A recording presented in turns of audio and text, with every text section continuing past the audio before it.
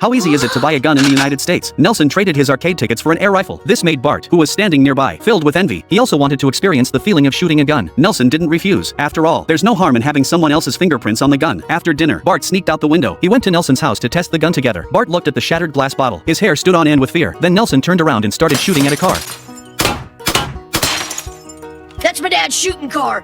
Just 3 more payments and it's ours. At this point, Bart couldn't wait to give it a try, although Nelson agreed to let Bart take a shot. But Bart had to shoot and kill that little bird first. Bart thought Nelson must be crazy to say such a thing. However, Nelson was convinced that Bart didn't have the guts, so he deliberately provoked him. Faced with Nelson's taunts, Bart got angry. He picked up the gun and aimed at that little bird, but after thinking about it for a long time, he had a change of heart. Bart quietly changed the direction of his aim.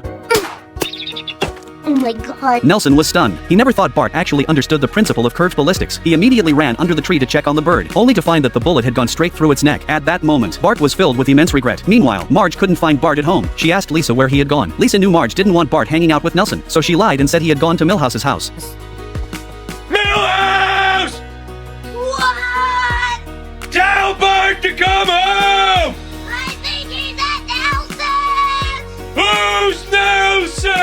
When Marge heard that Bart was at Nelson's house, she was furious. She immediately drove to find Bart. To keep Marge from finding out, Bart hid the bird behind his back. He kept blocking Marge's view to prevent her from noticing. However, the smell of the bird attracted a lot of cats. Eventually, Marge still found the bird lying on the ground. She was extremely angry. She refused to listen to Bart's explanation and drove away. At that moment, Bart noticed that there were still bird eggs in the nest. To make up for his mistake, Bart climbed up the tree branch, planning to take the bird eggs home to raise.